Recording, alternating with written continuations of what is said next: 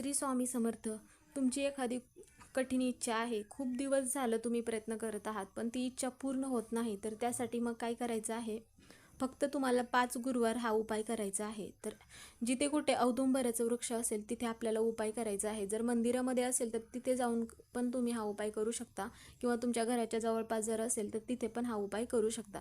त्यासाठी काय करायचं आहे, एक पंती घ्यायची आहे स्वच्छ. त्यामध्ये आपल्याला तुपाचा दिवा घ्यायचा आहे. तूप नसेल तुमच्याकडे तर तुम्ही तिळाचं किंवा मोहरीचं तेल घ्यायचं आहे आणि त्यामध्ये थोडीशी हळद टाकायची आहे.